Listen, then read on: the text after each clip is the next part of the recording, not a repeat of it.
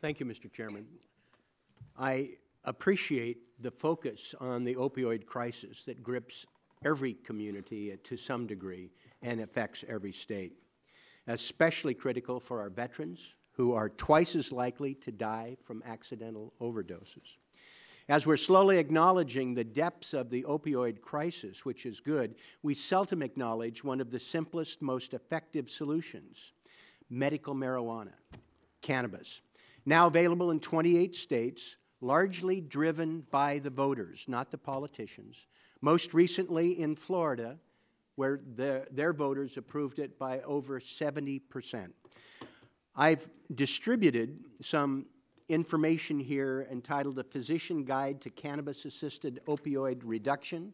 On the back are the citations for each of the points that are on this chart, referencing cannabis reducing opioid overdose mortality, how cannabis reduces opioid consumption, how cannabis can prevent dose escalation and the development of opioid tolerance.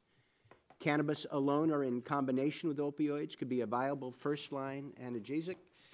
Mr. Chairman, we don't talk much about this, although on the floor of the House repeatedly over the last 3 years, Congress has been moving in this direction and voted last Congress to have the Veterans Administration be able to work with veterans in states where medical marijuana is legal.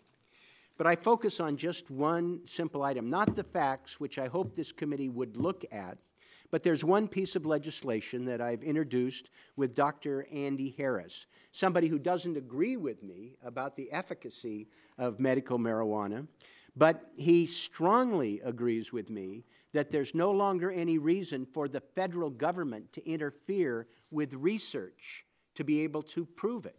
The federal government has a stranglehold on this research. We have bipartisan legislation, 3391, which would break that stranglehold and be able to have robust research to resolve these questions so there would no longer be any doubt. This is the cheapest, most effective way to be able to stop the crisis. Where people have access to medical marijuana, there are fewer overdoses, and people opt for it dealing with chronic pain.